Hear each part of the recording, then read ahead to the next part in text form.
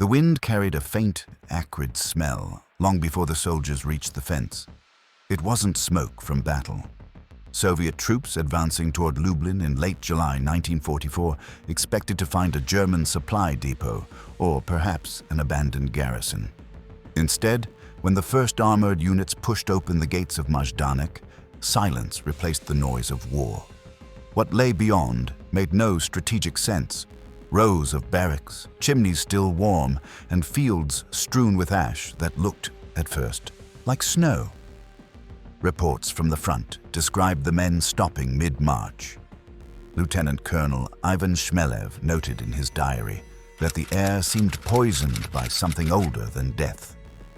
They had fought through villages burned to the ground, but nothing like this. The ground itself was soft underfoot, layered with what they assumed was dust until they realized it was charred bone mixed with soil.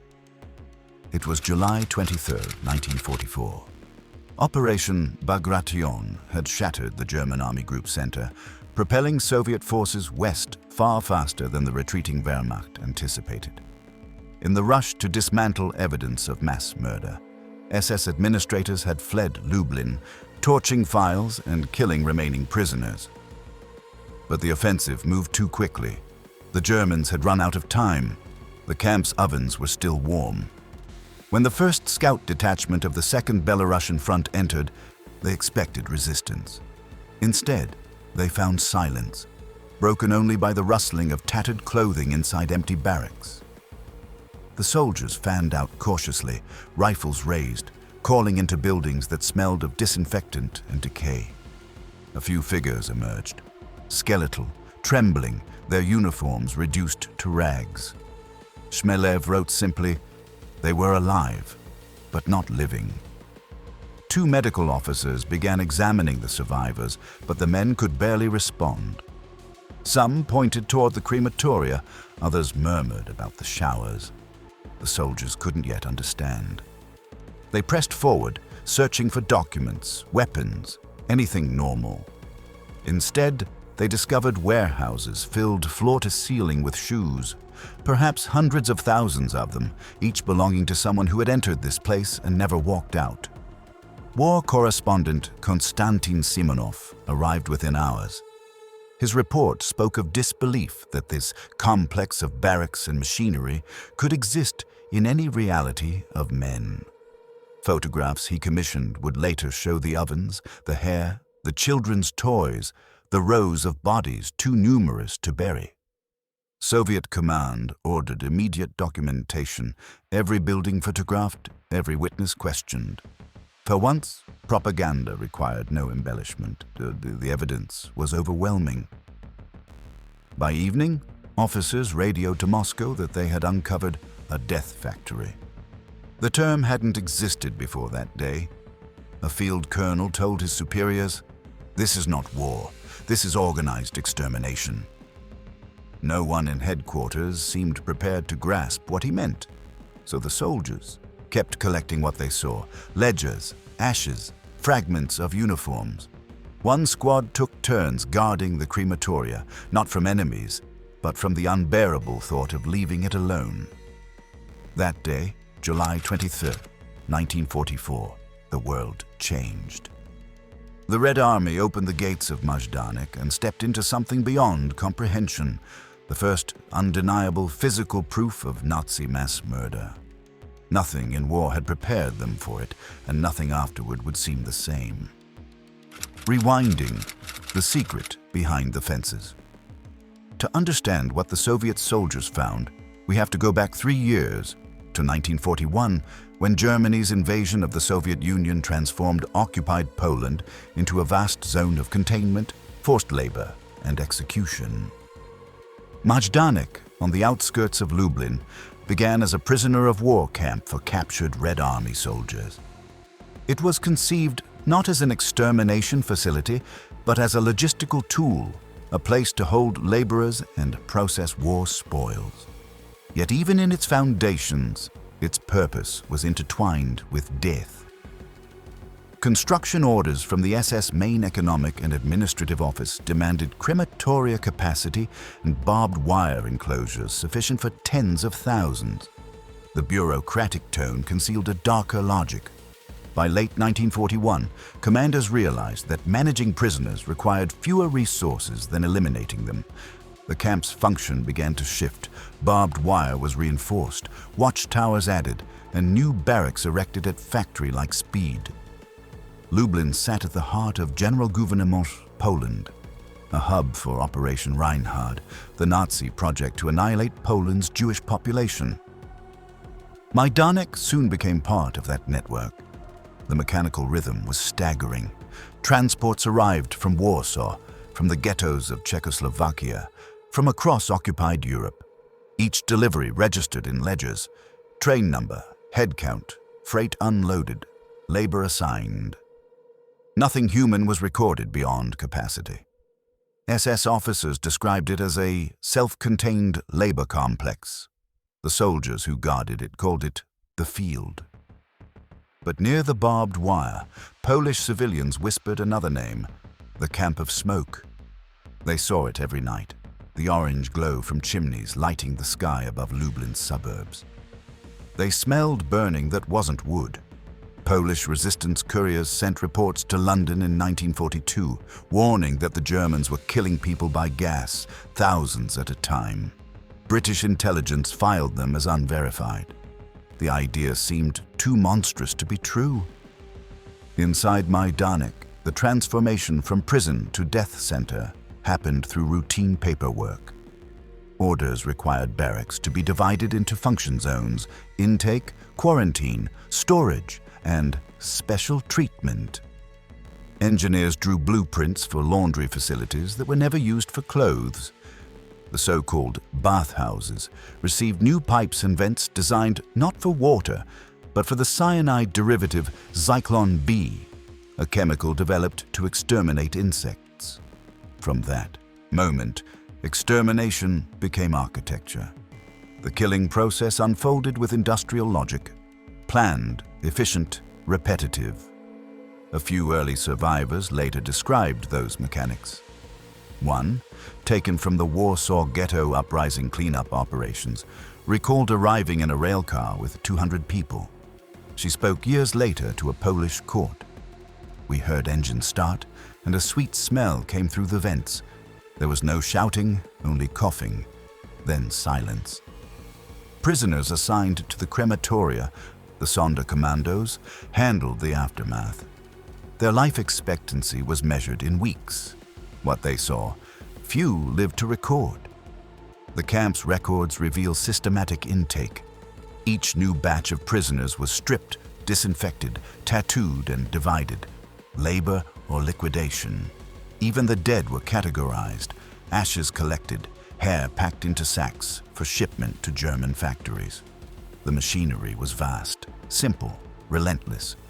And yet, outside the fences, ordinary life continued. Lublin's trams clattered past only a few kilometers away. Farmers tilled fields where human ash settled with morning dew. By mid-1943, Majdanek had grown into one of the largest killing sites in the occupied East.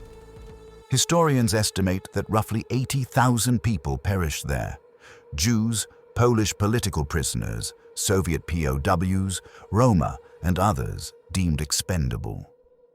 The killing climaxed on November 3, 1943, in an operation codenamed Harvest Festival, when German guards executed more than 17,000 Jews in a single day using automatic weapons by the edge of dug trenches. A German officer wrote in a field report that the gunfire was accompanied by music from loudspeakers to maintain order. That sentence still exists in the archives. Meanwhile, rumors circulated among Polish partisans and the Lublin underground about piles of shoes and mountains of ashes. They recorded coordinates and sent coded telegrams to London, but skepticism persisted abroad. Western intercepts reported German euphemisms: resettlement, evacuation, processing. Few analysts connected those words to organized massacre. Even within Germany's bureaucracy, memos obscured reality through language. Camps were transit points. Gas chambers were shower installations. The moral camouflage was almost perfect. By early 1944, as the Eastern Front collapsed, Majdanek's administrators began erasing evidence.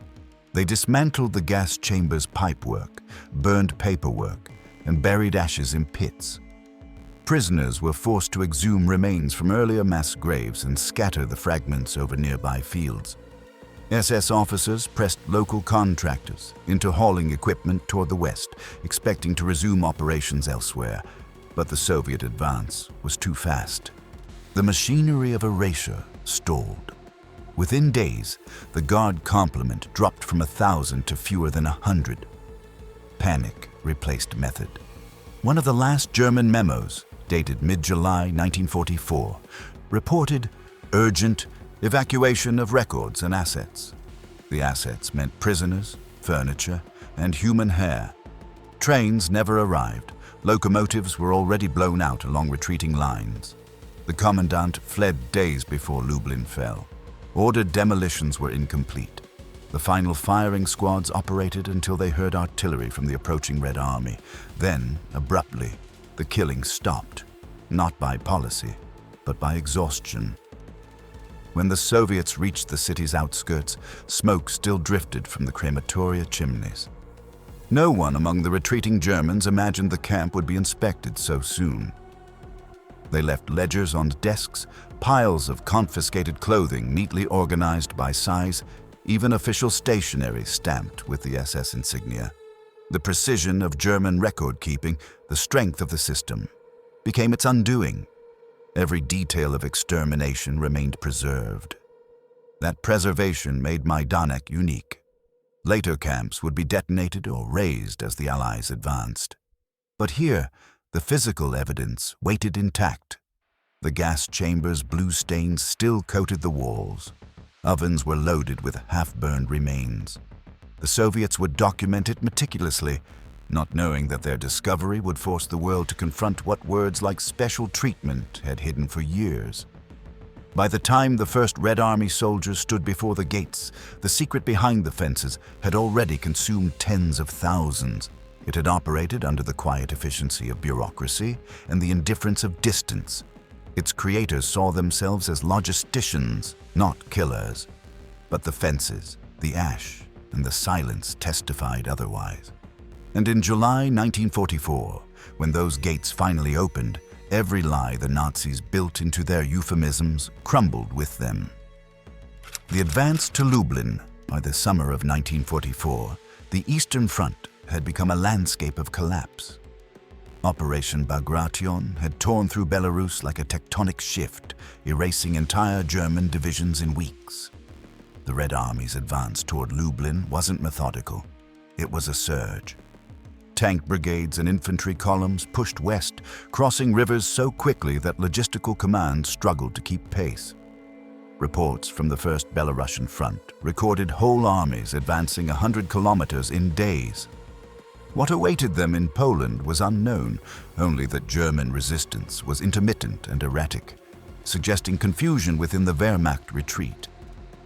July 1944 placed the Soviet spearheads deep in territory the Reich once considered secure. Commanders expected hardened defenses around major intersections, Lublin, Chelm, Warsaw, but aerial reconnaissance showed abandoned outposts, fields littered with scorched vehicles, and civilians returning hesitantly to ruined villages. The pace itself created unease. Many soldiers wrote of entering one devastated settlement after another, searching for enemy strong points that no longer existed. In one after-action report, a captain noted, "The road west is empty, of Germans, but full of ghosts." Amid the advance, Soviet intelligence teams began intercepting unusual radio transmissions. Messages referenced special installations being dismantled near Lublin and urgent material removal under SS supervision. At first, officers assumed these were warehouses or ammunition factories, but fragments of prisoner testimony gathered from liberated towns hinted at another kind of operation, one involving mass graves and unknown substances used in bath. The reports were passed upward but received no immediate classification. Wartime information overload blurred distinctions between rumor and strategy.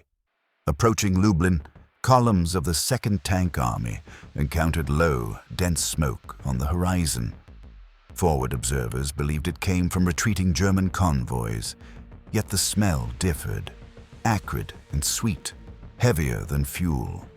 Artillery crews spoke of stench preceding visibility, forcing men to wrap scarves around their faces. Later diaries frequently mentioned this sensory encounter, the paradox of advancing toward victory while feeling something was profoundly wrong with the air itself. Lieutenant Anatoly Yegorov described it as a smell that signaled we had reached the edge of the human map. Civilian encounters deepened the disturbance. Polish villagers approached Soviet checkpoints carrying bundles of rags and documents, begging to direct the troops toward the camp near Lublin. One woman insisted that thousands were kept behind barbed wire, that killings happened daily. Interpreter notes from a field interrogation unit summarize the exchange. Locals report burning of bodies, smoke for many months. Battalion commanders logged it but assumed exaggeration. They had seen too much destruction to grasp one more category of horror. Inside command trucks, orders focused on securing crossroads and cutting German retreat routes. No priority mentioned camps. Yet as reconnaissance units skirted Lublin's outskirts, they passed columns of freight wagons abandoned mid-rail. Each car carried household goods, suitcases, prosthetic limbs, children's clothing. A logistics officer recorded his confusion, noting that these possessions bear no military purpose. The sense of entering an emptied world grew with every kilometer. Skirmishes erupted near the city limits on July 22nd. German rear guards fired sporadically, then fled. When Soviet forces entered Lublin itself the next day, they found it hollowed out. Administrative buildings looted, SS staff quarters deserted. In one seized command post, Soviet troops discovered shredded paperwork referencing Camp Majdanek, codename KL Lublin. The abbreviation meant nothing to them. They assumed it was a labor site. A small detachment was ordered to investigate. That reconnaissance group moved along a dirt road lined with wooden poles carrying electrical wire. The trenches nearby suggested defensive works, but no gun emplacement stood. The further they advanced, the stronger the stench became. Sergeant Pavel Voronin, later interviewed by military historians, recalled that dawn. "We thought there was a plague here. Horses refused to move forward."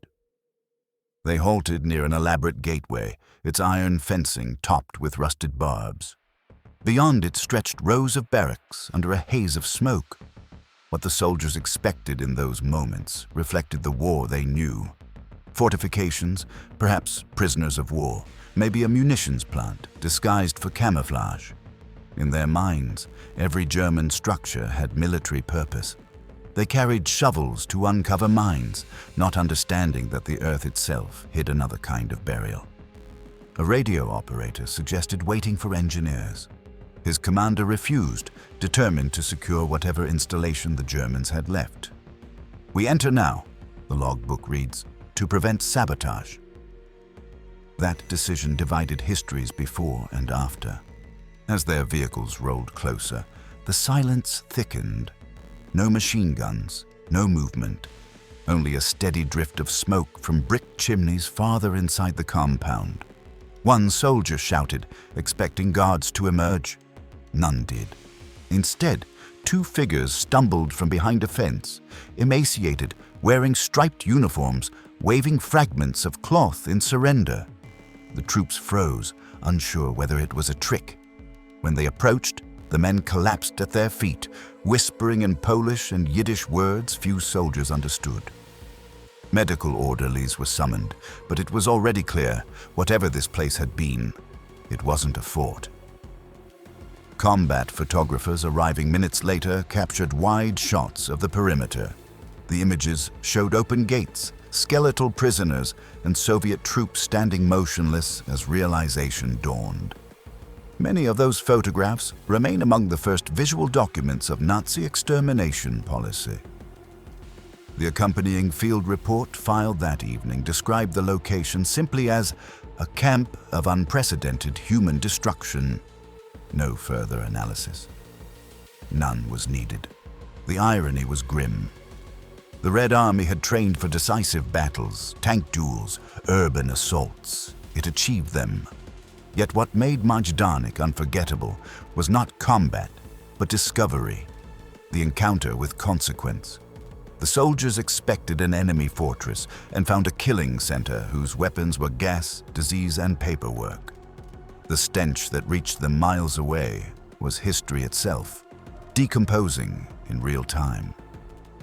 They had crossed into the heart of the Reich's secret industry. From that moment onward, every kilometer west carried a new awareness. Rumors of other camps began circulating through units still fighting along the Vistula. The notion that one facility could annihilate so many civilians seemed, at first, an aberration. But the veterans of Lublin would soon learn it wasn't unique.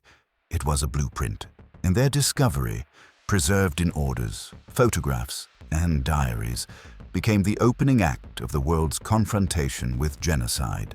Word by word, kilometer by kilometer, reality overtook disbelief. The soldiers didn't yet know it, but the war for liberation had just revealed its darkest proof. The discovery.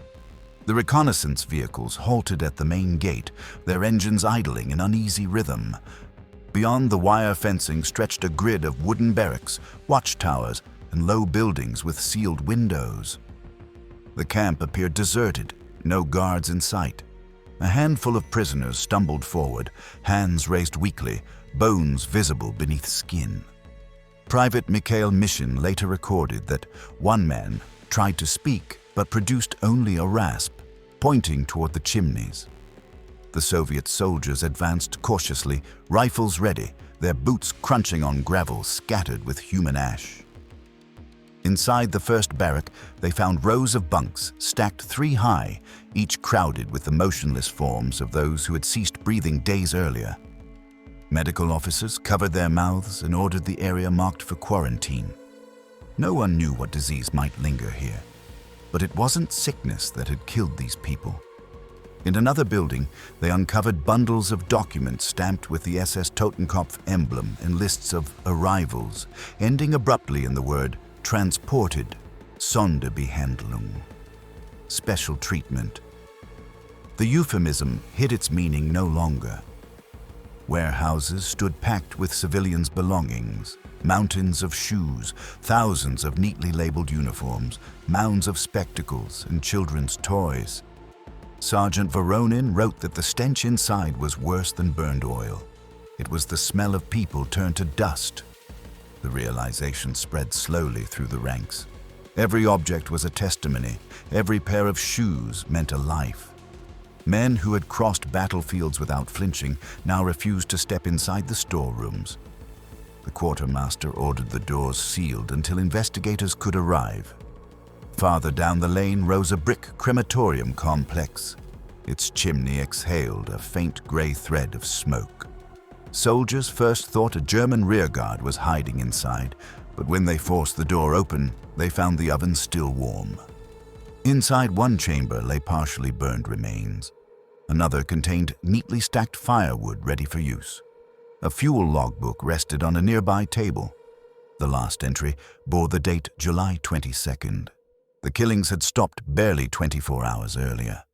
Colonel Shmelev dictated a preliminary field report at 160 hours. Camp discovered 3 kilometers southeast of Lublin, evidence of mass murder by organized process. Recommend immediate inspection by medical and legal authorities. His radio man transmitted the findings. Headquarters responded with confusion, instructing him to identify the enemy unit responsible. Shmelev replied, "The enemy here is a system, not a division." That phrasing survived in the official record. Within hours, photographers from the Soviet First Belarusian Front's press unit began shooting frames of every building. Konstantin Simonov, already in Lublin reporting on the city's liberation, arrived that evening. His diary entry described a silence filled with accusation. he noted the sleeping survivors curled near a water pump, unable to stand. Some begged for bread but vomited when they tried to eat. Army medics administered diluted glucose. Others were beyond help. A nurse wrote, "They weigh 20 kilograms. Their eyes follow movement, but without focus." For her, it was worse than battlefield wounds. These people were dismantled, piece by piece. The next morning, August photographers captured the first panoramic shots of the camp. Their images documented open pits half filled with ashes, fragments of bones and human hair blowing like grass across concrete yards. Film reels developed on site were sent to Moscow as evidence. Command ordered forensic specialists from the 65th Army to secure samples. They scraped residues from chamber walls, showing blue staining indicative of hydrocyanic compounds, later confirmed as Zyklon B traces. Every detail was catalogued. The Soviets treated Majdanek not only as a military target, but as a crime scene. Eyewitnesses among the liberators spoke later with striking restraint. Lieutenant Yegorov told an interviewer, "We fought Germans for 3 years and thought they were soldiers. Here we saw what they defended." Another soldier described his shame at wearing a uniform still clean while standing beside naked corpses laid for counting. They buried the dead in trenches at the camp's edge, marking each site with improvised signs reading simply, "Victims." Chaplains held no service. None knew what words could fit. As officers explored administrative quarters, they discovered binders of correspondence between the camp and higher SS offices. One folder contained requisitions labeled "Jewish hair," approved for textile use. Another included transport manifests detailing train arrivals from Vienna, Paris, and Krakow. Numbers replaced names. The Soviet translators paused repeatedly, uncertain how to interpret the bureaucratic tone. Captain Nikolai Ivanov summarized it in his report. Paper that describes murder as bookkeeping. He later described burning the remainder to prevent looting, his only act of personal rebellion. Survivors provided fragmentary testimonies despite severe weakness. A Polish woman identified herself as Helena K., saying she had been assigned to separate clothing from corpses. She told soldiers the Germans fled 2 days before, shooting anyone too ill to walk. "They said we won't need guards soon. The Russians will do it for them," she whispered. Her account matched others taken that day. Another survivor, Joseph R., a tailor from Lublin, guided the troops to a field where ashes had been spread. "This is where my brother lies," he said. Each statement was hurriedly translated by local interpreters and written into notebooks already smeared with soot.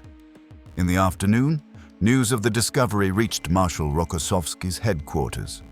He ordered a full investigation under the Red Army's political department. Cars and trucks carrying correspondents, doctors, and engineers rolled in through the same gate. By evening, the area swarmed not with soldiers, but with witnesses, each confronting a new category of war. Journalists attempted to find words. Simonov wrote, "We can liberate territory, but who will liberate us from what we have seen?" His broadcast 2 days later became the first public description of a Nazi death camp. That night, a storm passed over Lublin. Rain lashed the open courtyards, washing channels through the ashes. Soldiers took shelter near the gas chamber building. Some stared at the puddles turning gray and murmured confessions of disbelief. One commissar noted in his log, "Men cry without reason, morale unaffected, but hearts broken." The psychological weight lingered long after. Many veterans avoided discussing Majdanek for decades, haunted by smells and images they could never explain to family. Despite exhaustion, units were assigned to guard the premises against scavengers and remaining SS stragglers. 2 captured guards were found hiding in civilian clothes nearby. Interrogation transcripts record their claim that they were only following camp regulations. When shown the crematorium, one collapsed, shouting that he only counted prisoners. Those confessions, crude and defensive, nevertheless confirmed the scale of operations. Investigators realized Majdanek was not isolated. Transport lists referenced other sites: Treblinka, Sobibor, Auschwitz. The pattern was systemic. By July 25th, telegraphs reached London and Washington. Soviet communiques described the discovery as proof of a planned extermination of peoples. Western analysts received the message with skepticism, suspecting exaggeration. Yet the film reels from Majdanek soon forced reconsideration. The world was looking through the eyes of soldiers who hadn't sought horror but found it burned into their retinas. In Lublin, temporary hospitals treated survivors. Of the few hundred found alive, many died within days. The survivors who endured became the first living witnesses of the Holocaust recognized by Allied powers. They recounted gas chambers disguised as showers, selections, the smell of flesh. Each testimony complicated the Soviet narrative of liberation as triumph. These people had been liberated, yes, but from a machinery that had already consumed their lives. For the Red Army, documentation replaced combat. Engineers mapped utility lines feeding cyanide gas. Scribes photographed heaps of ashes beside warehouse inventories. When one officer suggested demolishing the site for hygiene, his superior refused. This must stand. Majdanek thus became the first camp preserved in its original state, a physical indictment before any tribunal existed.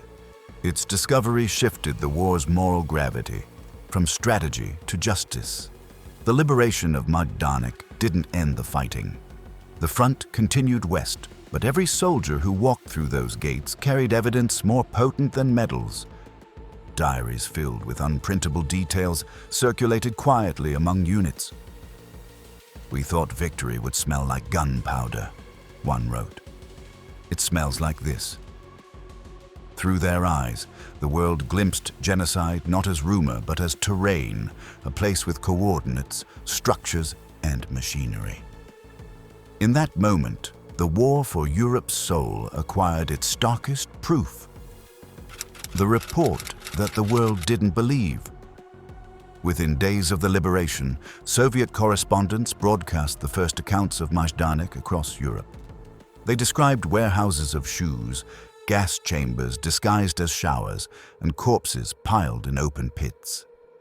On July 29, 1944, Pravda printed a front-page report titled "Factory of Death near Lublin." The article called the site "Proof of Fascist Barbarism Without Precedent." To the West, it sounded like propaganda. British and American newscasters compared it to earlier Soviet exaggerations from the Eastern Front and cautioned listeners against premature conclusions. The world wasn't ready to believe that industrial genocide existed. Inside Soviet headquarters, field investigators compiled formal documentation. Their folders included chemical analyses from military scientists confirming hydrogen cyanide residue on chamber walls, photographs of the crematoria, and sworn statements from surviving prisoners. These were forwarded to Moscow, then distributed through the Soviet press agency TASS to foreign correspondents. Most Western editors viewed the material through political filters. The Red Army had every reason, they thought, to magnify German atrocities for morale. Historians later found telegrams from London's information ministry advising newspapers not to reproduce unverifiable enemy crime reports until Allied officers inspected the site. The result was silence just when evidence was loudest. Konstantin Simonov faced that disbelief firsthand. He had seen Majdanek himself, filmed the pits and the rows of bones. In interviews decades later, he recalled how his editors in Moscow softened descriptions to avoid fantastic impressions. Even Soviet readers struggled to comprehend. The scale defied comprehension. A correspondent from Izvestia wrote, What words can explain a place where the walls contain human fingerprints burned into plaster? The report circulated widely, yet abroad it vanished into skeptical editorial desks. Among Allied intelligence officers, the hesitation ran deeper. For years, Polish resistance networks had transmitted coded messages about mass killings in occupied Poland. Peeled back to bare numbers, the cables sounded implausible. In 1944, when the Soviets claimed to have discovered an extermination complex at Lublin, British and American analysts categorized it as politically motivated claims. The concept of dedicated death camps contradicted conventional warfare logic. Western military planners dealt in fronts and divisions, not conveyor belts of murder. "We thought they meant a prison outbreak," one British liaison later recalled, "not a civilizational crime scene." Still, images leaked. By mid-August 1944, the Soviet news agency released photographs showing stacked bodies, labeled heaps of hair, and gas chamber interiors. Picture editors in New York and London debated their authenticity. Some noticed the Cyrillic captions and dismissed them outright. Others published a few frames, but with cautious headlines like "Soviets claim Nazi horror camp." The tension reflected not indifference, but cognitive defense. Photographs seemed staged because reality could not possibly look like that. The American Office of War Information studied the images. One analyst noted resemblance to earlier atrocity films circulated by Soviet propaganda units. He wrote bluntly, "Verification required. Nazis clearly capable of mass murder, but numbers exaggerated." That memo remained classified until after the war. Meanwhile, survivors continued to die in Lublin hospitals unnoticed by the world supposed to save them. Their testimony was recorded on fragile paper, translated through exhaustion, then filed to prove what editors refused to print. In early September 1944, a delegation of Polish officials invited neutral representatives from the Allied powers to visit the site. Among them was American journalist William Lawrence of the New York Times, escorted by Soviet officers. His report, published weeks later, marked a turn in Western perception. He wrote that the evidence cannot be disputed by any man of conscience. Before that article, most English-speaking audiences treated death camps as rumors or exaggerations by émigré groups. After reading it, disbelief began to erode, though many still doubted the numbers. They didn't yet grasp that Majdanek was only one node of a network. The British press lagged further behind. The BBC broadcast a cautious segment summarizing Soviet claims but added, "Neutral confirmation still awaited." Within government circles, some feared acknowledging atrocities might encourage retribution against German civilians once Allied armies entered Europe. Thus, denial wore bureaucratic clothes. For months, London's cables mentioned Majdanek only as purported atrocity camp. The reality behind that euphemism, the piles of skulls, the ash-covered yards, remained confined to Soviet and Polish publications. Back in Lublin, the documentation grew relentless.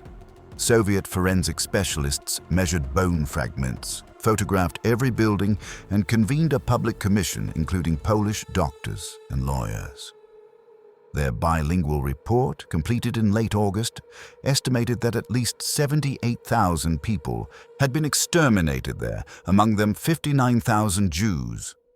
Copies reached both Moscow and the newly liberated Polish Committee of National Liberation. But outside the Eastern Bloc, circulation remained limited. Western editors still suspected statistical inflation. One U.S. officer wrote privately, "Could be 7,000, add a zero, and the point is made." The moral cost of disbelief was invisible but immense. Survivor interviews complicated the skepticism. Some accounts conflicted under trauma, days blurred, numbers misremembered, faces confused. Critics seized on inconsistencies to doubt entire narratives.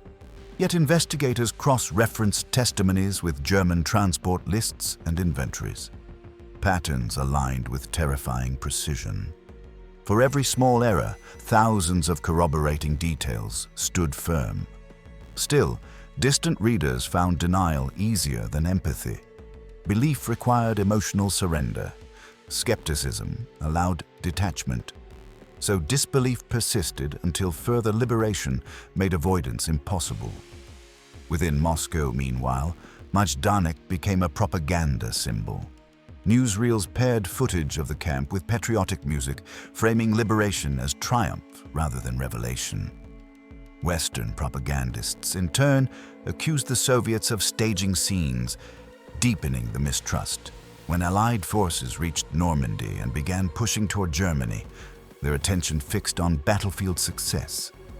The horrors of Lublin belonged to another front, a faraway horror mediated through enemy-controlled journalists. Only by late 1944 did the U.S. War Department request neutral observers to confirm or deny Soviet claims. In November, British war correspondents finally arrived. They walked the same gravel paths, saw the same barracks, smelled the same air, months stale yet still heavy. One, Alexander Worth of the BBC, later confessed that he felt ashamed for doubting. In his broadcast, he said, "It ought to be impossible, and yet here it is." His eyewitness testimony demolished the last barrier of doubt. Photographs and film reels now carried his voice as authentication. Western publics, seeing and hearing their own journalists describe the ghastly reality, began to reckon with it. The psychological shift was immense. Newspapers that once hedged their headlines adopted moral language, proof of Nazi mass murder, death mills in Poland. Editorials declared vengeance not only justified, but necessary. Within months, Allied policymakers referenced crimes against humanity, a phrase not yet codified in law, to frame the coming trials. The disbelief that had greeted Soviet reports transformed into outrage. Majdanek's ashes forced new vocabulary on the world. For survivors still in hospital wards, the change offered little comfort. Few could travel or speak publicly. They watched from beds as the debate over their reality played out in distant capitals. Some dictated additional testimonies, hoping their words would be read beyond Soviet censors. One woman told a journalist, "They didn't believe we were dying. Maybe they'll believe the dead." Her line later appeared anonymously in Western coverage, capturing the bitter irony of truth denied until undeniable. By year's end, as Allied armies closed on Germany, Majdanek's story had entered official history, though filtered through politics and caution. It remained the first time the world confronted physical proof of the Holocaust, the moment when liberal societies realized what barbarism meant beyond rhetoric. The report that few believed at first had forced its way into global conscience. Belief came late, but once it came, it could never again be undone. The evidence mounts. In August 1944, as Soviet forces consolidated control around Lublin, the forward discovery at Majdanek turned into an organized investigation. The Red Army's military prosecutor's office dispatched forensic specialists, chemists, and criminal investigators to secure and analyze the site. Their mission was explicit: gather proof of crimes unprecedented in scale, build the legal record before weather or looters erased it, and transform horror into evidence. Investigators began with documentation. Architects sketched precise blueprints of the crematorium, the gas chambers, and the chain-link fences. Measurements recorded even the diameter of ventilation pipes. Metallurgists collected door bolts etched with corrosive blue stains. Chemical analysis from the Academy of Sciences confirmed hydrocyanic residues identifying the use of Zyklon B. This was the first scientifically verified proof of mass gassing conducted under state authority. Every specimen, ash, bone fragment, shoe, hair, is catalogued in military inventory language: object, weight, location. The clinical method itself carried moral gravity. Bureaucracy now worked to expose, not conceal, atrocity. Photographers from the Soviet film unit arrived daily, shooting reels designed both for evidence and for history. They filmed out the gas chambers, the ovens, the stacked ledgers. Later frames show survivors wrapped in blankets, watching silently as bodies were exhumed for count and reburial. These images, projected in Moscow within weeks, shocked audiences already hardened by years of war. For once, visual proof outran even the capacity for speech. The first official governmental report, the State Commission for the Investigation of German Crimes at Majdanek, was compiled during those weeks. Doctors dissected cadavers left half-buried in shallow pits, confirming death by asphyxiation and bullet wounds at close range. Pathologists wrote of compressive lung trauma consistent with poison gas exposure. The language remained technical, but the implications were unmistakable. Meanwhile, military cartographers mapped an estimated 7 square kilometers of operational area, zones for prisoners, extermination, and storage. On brightly inked maps, genocide appeared as geometry. Soldiers, guarding the perimeter, endured emotional strain few battlefields produced.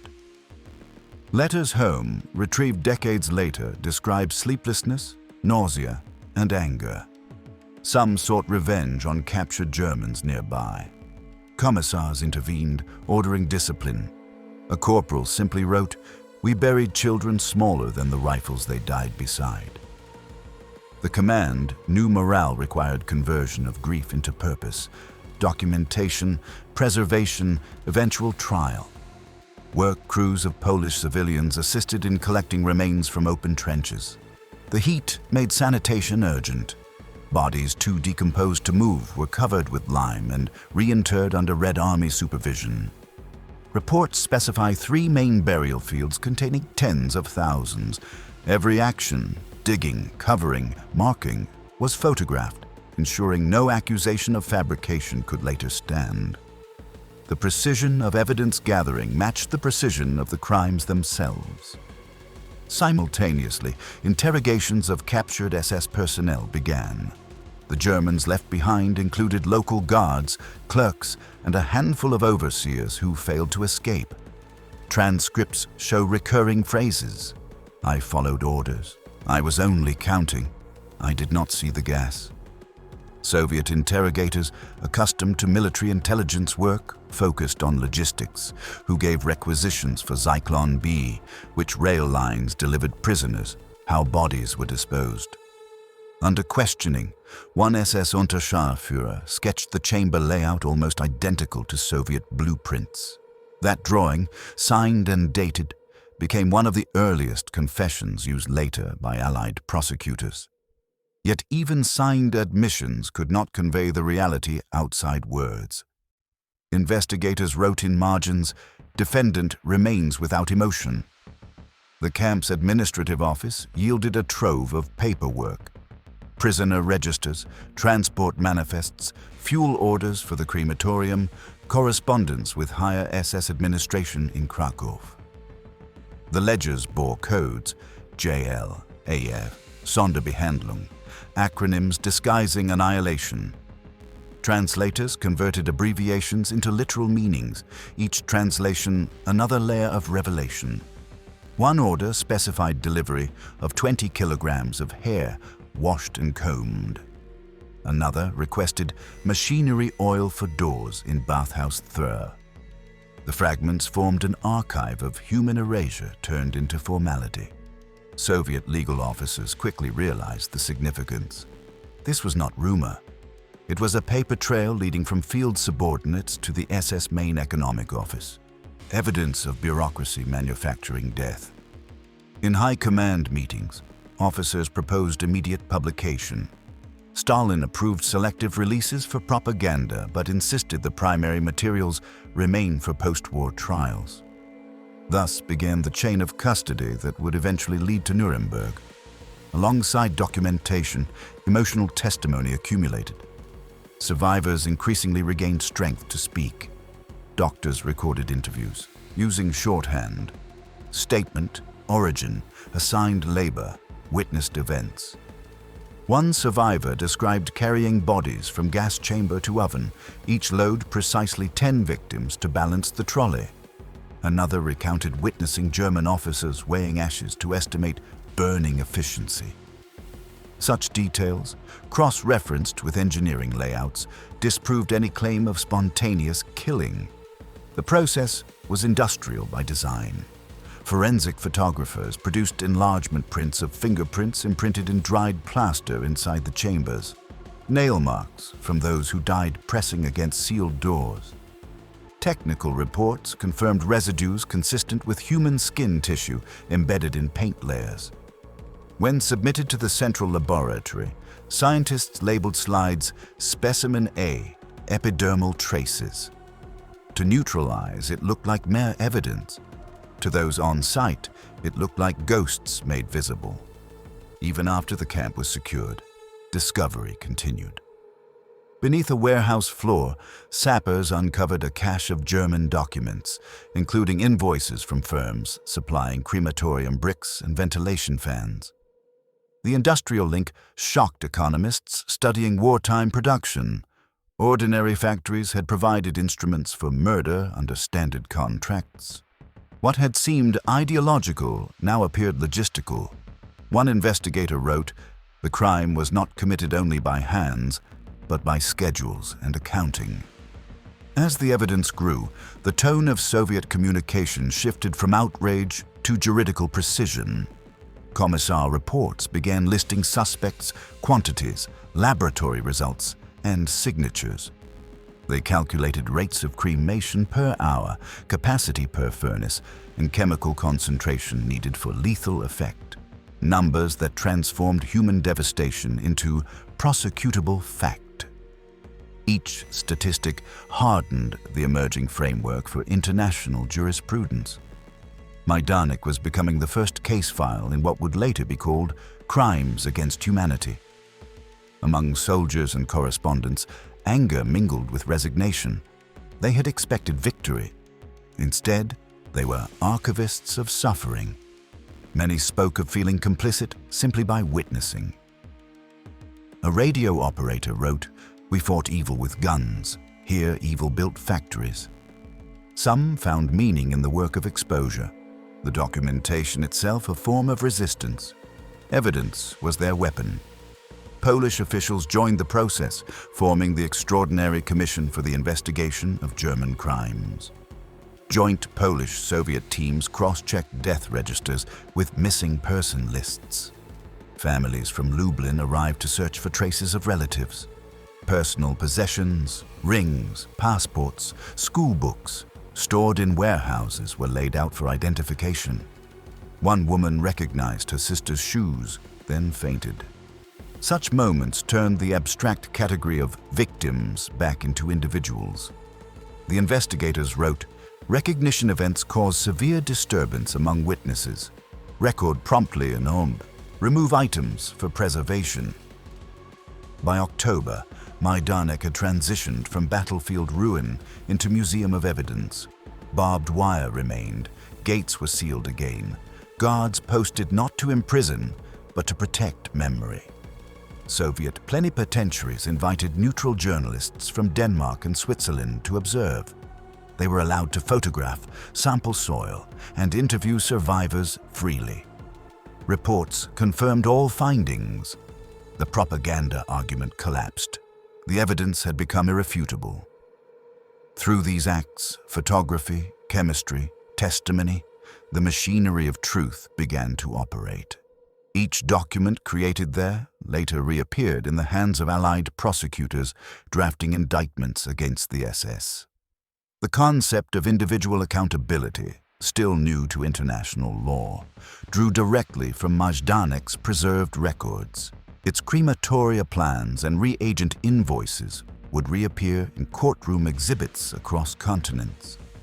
For those who had discovered the camp first, closure did not arrive. Many wrote years later that the paperwork smelled faintly of burned flesh. They couldn't separate justice from memory's contamination. Yet their work transformed horror into history.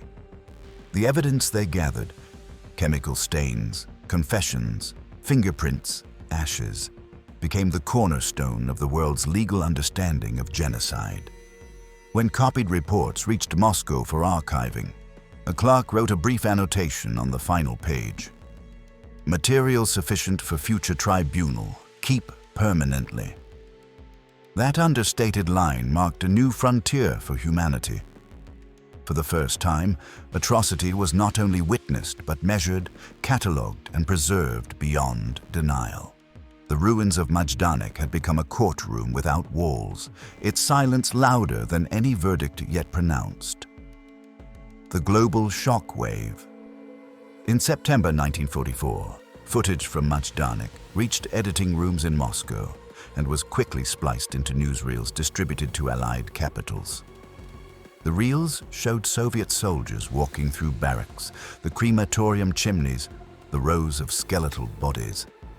Voice-over commentary described German fascist crimes in Lublin.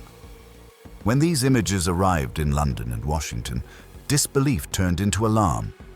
It was no longer a matter of Soviet rhetoric. The camera itself had witnessed. Editors who once dismissed reports as embellishment now faced undeniable frames. Majdanek became not only a military discovery, but a flashpoint in global consciousness. Western press reactions varied, but shock dominated. The Times noted irrefutable evidence of organized extermination on an industrial scale. American journalists wrote of assembly line death. Editorial writers compared the gas chambers to a production plant turned inward against human beings. Public fascination mixed with revulsion. For the first time, readers confronted photographs of European civilians killed not in battle, but by policy. The imagery undercut every notion of the enemy as merely militaristic. It revealed ideology manifest in machinery. Civic meetings in New York, London, and Ottawa read the dispatches aloud, raising funds for survivors they would never meet. Governments responded with caution hidden behind moral language. British Foreign Office cables instructed diplomats to use restraint in public comment until verification by Allied observers. Yet privately, officials recognized the magnitude. One note from the U.S. War Refugee Board summarized, "If authentic, these events necessitate post-war legal reckoning unprecedented in scope." The concept of systematic war crimes, still undefined in 1944, began forming within policy papers. In that sense, Majdanek's liberation did not simply expose atrocity, it precipitated law. Inside Germany, the reaction took another form. Nazi propaganda ministers labeled the Soviet film a Bolshevik fabrication. They circulated counterclaims implying that the Red Army had staged corpse from a typhus outbreak. Yet their denials faltered once neutral journalists confirmed the camp's authenticity. The German public, increasingly isolated by censorship, heard only fragments. A few Wehrmacht soldiers captured later told interrogators that rumors of Polish camps spread fear among troops, evidence that the Reich's own system could turn on them. Doubt had entered the heart of an empire built on certainty. Back in Poland, thousands of civilians visited the site under Soviet supervision. They walked silently between barracks, now labeled with explanatory boards. Gas chamber, crematorium, storage of victims' shoes. Each display spoke to a reality too vast for comprehension. Local priests held memorial masses despite official atheism. The ground itself became a moral pilgrimage long before memorial architecture existed. Polish newspapers printed survivor fragments beside official communiques, merging testimony and reportage. The emotional vocabulary of suffering, until then private, became public discourse. In Washington, President Roosevelt's administration studied the Soviet evidence through its embassy. Analysts recognized potential confirmation of rumors from Jewish organizations about mass killings. The Office of Strategic Services concluded the documents were authentic. Internal memoranda proposed forming an inter-Allied commission to investigate atrocities. Churchill, informed through diplomatic channels, endorsed the initiative, remarking, "This confirms the foulest crimes in recorded history." His phrase entered parliamentary debate and lingered in newspapers worldwide. The war's moral dimension, once philosophical, had acquired physical coordinates. Lublin, Poland. The effect on Allied soldiers preparing to invade Germany was immediate. Military newsletters distributed among units referenced evidence of cruelty in occupied Poland. Commanders briefed troops that surrendering SS members might face prosecution rather than traditional prisoner status. The psychological calculus of battle shifted. The enemy was no longer a combatant to defeat. It was a regime to dismantle before it could erase further proof. Even the tone of propaganda changed, from liberation as conquest to liberation as exposure. Behind every battlefield victory now loomed the image of Majdanek. Among intellectuals, disbelief gave way to reflection. Philosophers, theologians, and journalists debated how a mechanized state could rationalize extermination. The French underground press printed essays under titles like Civilization and Ashes. In the United States, scholars of German culture questioned how a nation of poets and engineers built such machinery. The discovery of Majdanek transformed genocide from rumor into concept. The word annihilation gained a new bureaucratic meaning. Within months, academic conferences discussed the ethics of technology and obedience, early attempts to grapple with what would later be called the banality of evil. The Soviet Union exploited international attention while tightening narrative control. Newsreels emphasized Red Army heroism in revealing the crimes, framing the soldiers as both liberators and prosecutors. Yet within that propaganda lay genuine conviction. Many correspondents who had stood among the ashes spoke publicly with voices trembling between rage and reverence. One commentator told a Moscow audience, "The world will divide forever between those who have seen Majdanek and those who have not." His statement captured the psychological rupture spreading across continents. When Allied officers eventually toured the site in late 1944, they found everything as described: the piles of shoes, the gas installations, the ovens etched with black soot. British Major Desmond Pitt Rivers wrote in his diary, "It cannot be doubted. The Germans built this." His report circulated through military channels, ending most official skepticism.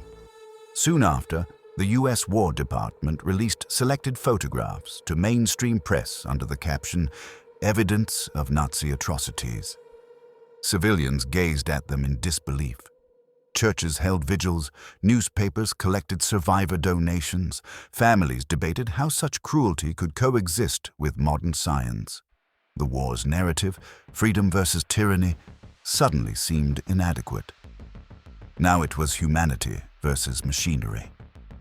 Inside Germany's occupied territories, underground resistance networks seized on the revelations to encourage desertions.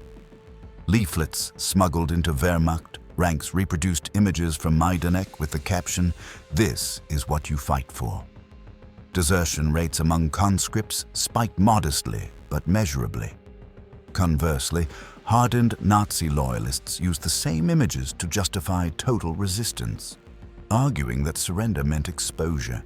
Even denial required acknowledgement. Thus, truth penetrated enemy lines through conflicting interpretations, each feeding the war's moral fever. Among the liberated populations of Eastern Europe, Majdanek symbolized vengeance deferred. Soviet propaganda units organized public trials of captured personnel, projecting filmed evidence on outdoor screens for townspeople to see. Crowds watched silently as images of the camp rolled before them. The boundary between documentary and ritual blurred. For many, justice began not in courtrooms but in collective viewing, a society confronting its own witness. Those visual sessions inspired the idea that atrocity itself could serve as evidence, a notion that would shape future tribunals.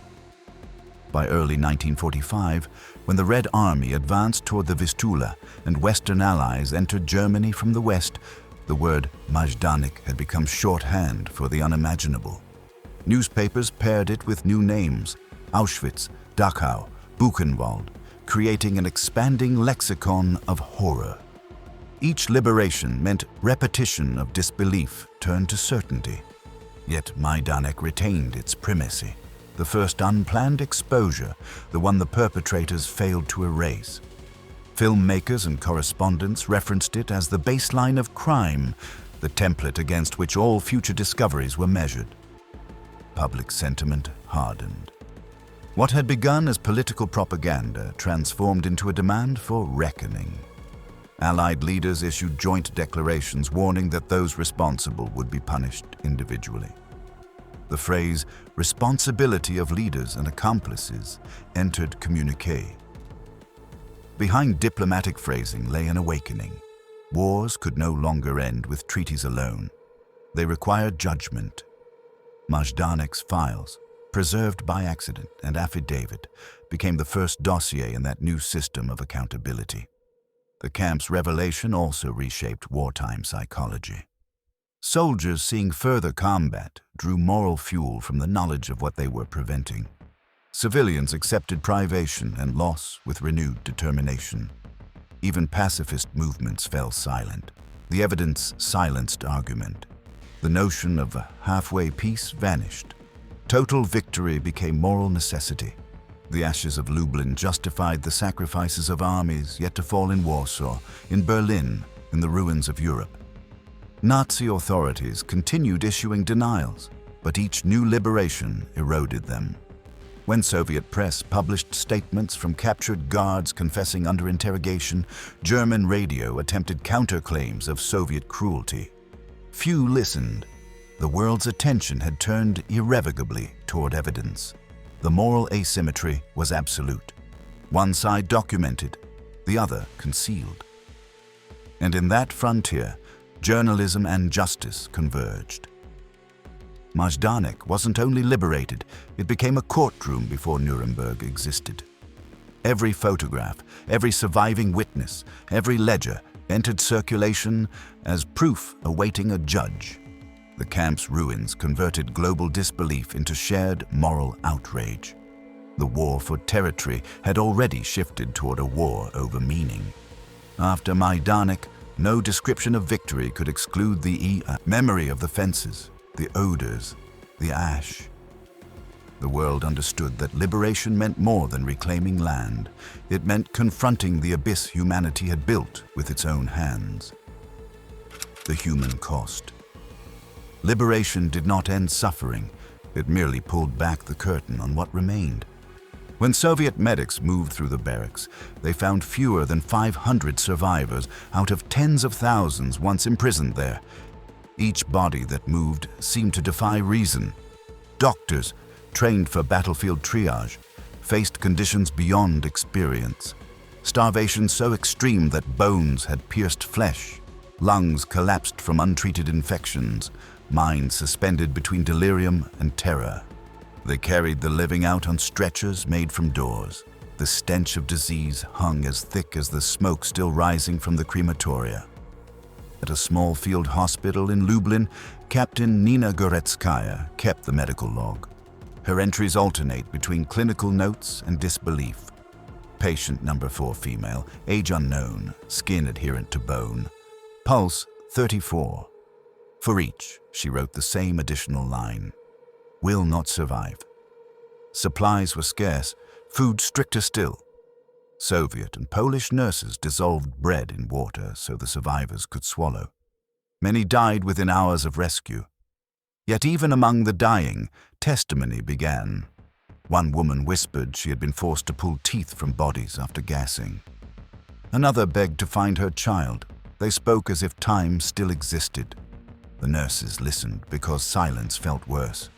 For soldiers accustomed to the discipline of war, the intimacy of nursing broken civilians shattered every notion of victory. Diaries record grown men weeping while cutting survivors' matted hair to clean their scalps of lice. Sergeant Voronin wrote, "We thought ourselves liberators, but we arrived too late to save anyone." Others refused sleep, convinced ghosts walked the barracks. Command psychiatrists noted cases of nightmares, trembling hands, aversion to food. The liberation of Majdanek became not celebration, but inheritance, a burden no order could lift. Among the rescued were children, some too weak to stand, their eyes wide and detached. Polish Red Cross workers tried to identify them by dialect. Few remembered their names. One nurse wrote that a boy answered to whatever name she used. The Soviet cameramen filming recovery footage captured their faces unintentionally. Later, viewers mistook them for corpses because they hardly moved. Those images circulated quietly through Moscow, teaching a lesson even propaganda could not distort. War had burned through innocence down to bone. The moral dissonance extended to the soldiers themselves. Many had lost families in German-occupied territories. Standing in Majdanek, they understood not only the scale of murder, but perhaps the fate of their own. Letters intercepted by censors reveal confessions. Maybe my wife was here. Perhaps my mother's shoes are among these. The line between rescuer and mourner dissolved. Soviet command feared emotional contagion but could not contain it. Rumors spread of soldiers killing captured SS men on sight. Officially, none occurred. Unofficially, justice began before jurisprudence. Captured personnel faced immediate summary interrogations. The first trial opened in Lublin in November 1944, months before Nuremberg. 6 German guards and overseers stood in a makeshift courtroom as hundreds of townspeople watched. Prosecutors read charges translated into Polish and Russian: mass murder, torture, theft. Evidence included ledgers, Zyklon B canisters, and eyewitness statements. Survivors testified through tears, describing selections, beatings, and children driven into gas chambers. The accused stood impassive, some denying, some admitting without remorse. A crowd outside chanted for execution before verdicts were read. All were condemned, most to death by hanging. The trial lasted 6 days. The moral trial never ended. Those early proceedings mattered far beyond legal outcome. For civilians who had lived for years in a fog of rumor, hearing testimony under oath confirmed what whispers could not. Lublin's residents attended not out of vengeance, but validation. They needed proof that their nightmares had names. Journalists reported that when one survivor fainted on the stand, a soldier caught her and said, "You have already spoken enough." His words encapsulated exhaustion shared by witnesses and liberators alike. In nearby villages, Polish families searched through piles of confiscated belongings displayed for identification. Parents recognized children's shoes. Priests recited blessings over unclaimed items. Each discovery reopened grief. The camp soon turned into both morgue and pilgrimage site. Locals dug shallow graves lined with boards, draping them with Soviet flags because no other symbols felt adequate. The sense of collective guilt ran deep. How could such a place operate a few kilometers from their houses? Survivors answered gently. Fear kept them silent, and silence allowed machinery to run. Amid the despair, moments of fragile humanity appeared.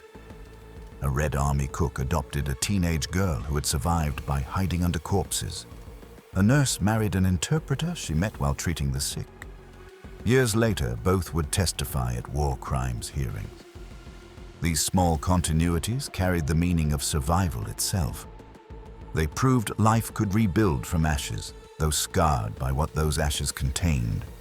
For correspondents documenting these scenes, emotional distance eroded. Konstantin Simonov returned repeatedly, interviewing survivors and medics. He later wrote that every question felt like intrusion. His notes include one line that became famous in post-war Poland. "No pen can describe this place, yet if no pen does, history will repeat it." His articles transformed public horror into historical record, shaping the tone of early war crimes reporting. Through his words, Majdanek's victims began to speak to the world. Among Soviet troops stationed nearby, reactions varied from revenge fantasies to quiet resignation. Propaganda officers encouraged soldiers to see their ongoing campaign as retribution for the murdered. Many accepted the narrative without question. Others grew anxious, fearing moral corrosion. Lieutenant Yegorov wrote to his wife, "We fight justly, but justice now smells of ash." Such letters, preserved in archives, reveal psychological wounds mirrored on both sides of the camera lens, the soldiers who filmed the evidence and the soldiers who buried it.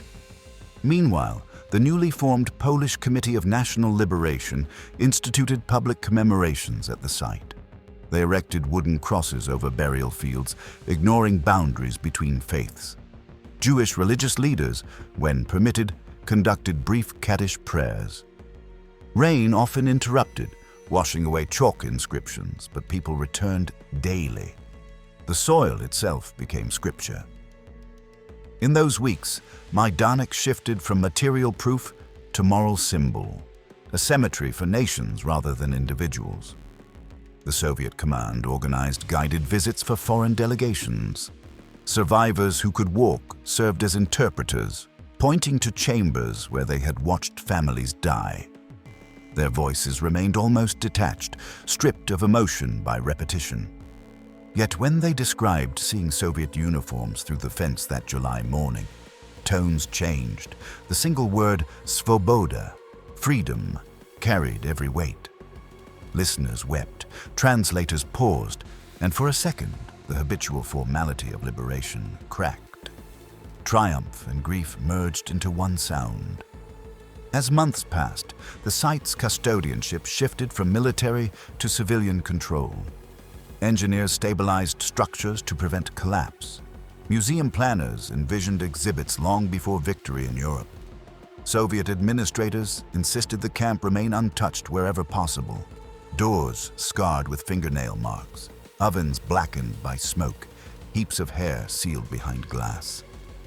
The rationale was blunt. Let the criminals deny this if they can. Thus, Majdanek became the first preserved Holocaust memorial while the war still raged.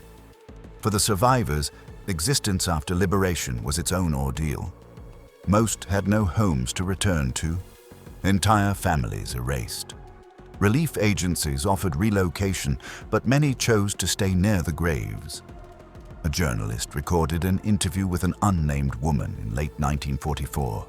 "I cannot live among people who do not understand where I was. Here, even the wind knows." Her sentence entered later documentaries as a line of poetry, though it was simply truth. The human cost of Majdanek defied statistics. Numbers spoke of 80,000 dead, but the moral arithmetic exceeded counting.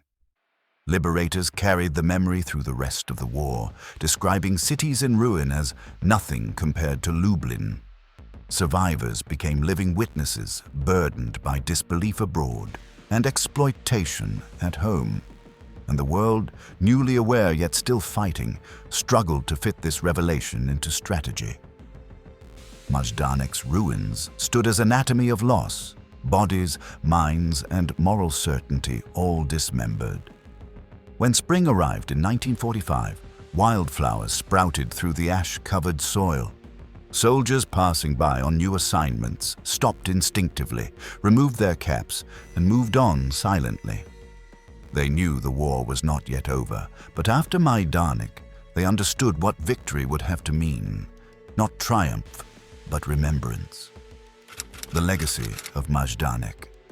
By early 1945, the ashes of Majdanek hardened into something else, evidence. While the front lines shifted west, the camp remained still, its chimneys towering over Lublin as if watching history recalculate itself. Soviet and Polish authorities decided not to dismantle the site. Engineers fenced off parcels of ground, classified them as zones of testimony, and kept guards to prevent looting.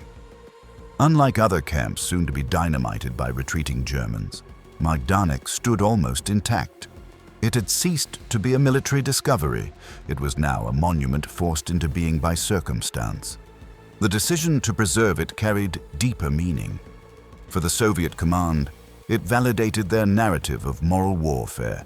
For Poles, it anchored collective mourning. But more importantly, it ensured that evidence remained visible. The rooms still smelled of gas. The stains on the ceiling still marked cyanide residue. Visitors, soldiers, journalists, scientists walked through as though inside a wound. The very air felt accusatory. In March 1945, the newly established Polish government declared Majdanek a monument of martyrdom, the first site in Europe protected for the purpose of memorializing genocide. Researchers continued examining the physical record. Medical experts compared Majdanek's designs with reports from smaller camps discovered later in Poland. They noticed striking repetition, identical valves, same width vents, uniform oven models. The architecture of murder followed specifications, not improvisation. This realization shifted historians' focus from individual cruelty to structural intent. It wasn't madness, it was engineering. Majdanek provided the blueprint against which Auschwitz, Treblinka, and Sobibor would later be understood. International law began forming around those discoveries. In Moscow, legal scholars drafting proposals for post-war tribunals relied directly on Majdanek's documentation. The chemical analyses, interrogation transcripts, and administrative memos recovered intact. Their language of crimes against humanity and premeditated extermination came from phrases first used in Lublin's investigation files. The camp's very existence became an argument for tribunals before any had convened. What had begun as a battlefield report evolved into the moral cornerstone of future justice. Western investigators eventually examined the preserved site themselves. In the summer of 1945, as Allied representatives prepared for the Nuremberg process, delegations from the United States, Britain, and France visited Lublin. They photographed the gas chambers, the crematoria, and the warehouse of shoes. Many had seen combat, yet emerged pale and silent. An American officer wrote afterward, "Majdanek closes debate. It shows intent." Those impressions fed directly into the prosecution's opening statements the following year. Without Majdanek, law might have lacked its physical anchor. Yet the world's reaction remained uneven. In Western Europe, distance and exhaustion dulled outrage. Newspapers treated the site as a Soviet-Polish matter, overshadowed by post-war reconstruction. Only when film from Majdanek resurfaced during the Nuremberg proceedings did audiences comprehend that those early 1944 reports had understated rather than exaggerated. The images, close shots of fingernail marks inside gas chambers, heaps of skulls beside furnace mouths, became courtroom exhibits. Each frame re-entered circulation, now authenticated by judges rather than editors. Truth, once doubted, had become evidence with serial numbers. In Poland, the transformation was more intimate. Survivors returned to Lublin searching for remnants of families. They found drawers of photographs, catalogued by investigators, each face another unanswered question. Community committees formed to preserve personal effects, school books, letters, normal objects turned sacred by absence. Priests of multiple faiths held joint memorials. Rabbis recited prayers beneath Soviet banners. Ideological differences temporarily dissolved before the magnitude of shared loss. The camp's soil became both graveyard and scripture. By keeping Majdanek intact, the authorities unwittingly created the first Holocaust museum before the word existed. Visitors began arriving, students, peasants, soldiers heading to the Western Front. guides led them through barracks, explaining that here, humanity had manufactured death as if producing bricks. Reactions ranged from rage to silence. Many left small tokens, buttons, prayer cards, scraps of regiment flags, transforming the site into a spontaneous ritual space. Mourning had turned public. Memory had entered architecture. Meanwhile, the global understanding of the war's purpose shifted. Before Majdanek, the Allied cause had been framed as liberation from tyranny. After Majdanek, it was redefined as a crusade against annihilation itself. Military decisions, propaganda tones, even diplomatic messaging absorbed this change. When soldiers liberated later camps, Auschwitz, Bergen-Belsen, they described them not as victories, but as confirmations. "It began at Lublin," said one British officer during a visit months later. "The rest of Europe is the echo." Academics, poets, and theologians faced a different challenge: how to comprehend evil so systematic that it resembled production. Polish intellectuals coined the phrase civilization of death. Soviet philosophers wrote essays equating fascism with mechanical nihilism. Across nations, reflection replaced disbelief. The idea of progress had collided with its own machinery. And in classrooms and churches alike, Majdanek became the lesson. Proof that modernity could turn genocidal when detached from conscience. Not all remembrance was permitted. Soviet censors filtered narratives emphasizing Jewish suffering, preferring collective victimhood under fascism. Yet documents preserved by Polish caretakers retained individual names and faiths. Decades later, these records would restore specificity, erased by ideology. That dual legacy, political control versus authentic witness, defined Majdanek long after tanks left Lublin. Truth survived in footnotes, waiting for scholars to translate bureaucratic reports back into human stories. The camp also influenced architecture of commemoration itself. When planners in post-war Poland conceived permanent memorials, they drew directly from Majdanek's landscape. Instead of rebuilding, they froze destruction in place. The preserved ovens, the barbed wire, the barracks, each structure served as design language for later sites at Treblinka and Auschwitz. Visitors were meant not to look at statues, but to walk through evidence. The ground remained scarred intentionally. Absence became the monument. Nuremberg prosecutors later cited Majdanek dozens of times. Diagrams of its crematoria appeared among primary exhibits. Captured SS testimonies from Lublin were read aloud in court. When defendants attempted to claim ignorance, the prosecution presented blueprints from Majdanek bearing signatures of Central SS offices. The connection spanned bureaucracy to crime scenes seamlessly. In that courtroom, the camp proved that genocide required paperwork as much as weapons. Its preservation turned moral outrage into judicial precedent. For survivors, legacy meant survival itself. Many emigrated, carrying faded identity cards stamped Majdanek Survivor. Their testimonies informed early Holocaust scholarship of the 195s. Through them, the camp's story entered textbooks and documentaries. Some returned annually to Poland, speaking to students amid the ruins. One survivor told a journalist, "Every tour guide here is my witness." Her statement captured what the Soviets had not foreseen, that preservation would outlive propaganda, that truth needs only an audience willing to stand still. Even decades later, the site retained its immediacy. Historians walking those grounds still reported hearing the crunch of bone dust beneath soil. The original paths of the prisoners remained visible from aerial view, lines through grass forming the geometry of suffering. Modern visitors described a strange quiet, where wind whistled through chimney openings like breath. Time had dulled nothing. Each centimeter of preserved territory remained charged with accusation and remembrance. Majdanek's legacy ultimately transcended borders, It shaped early human rights codifications, inspired the Genocide Convention of 1948, and served as physical citation whenever courts struggled to define systematic murder. It demonstrated that memory could serve as evidence centuries after perpetrators vanished. In its silence, the world learned that denial thrives only where ruins disappear. So, the ruins stayed. Today, scholars call Majdanek an open archive, a place where architecture and ashes tell their own testimony.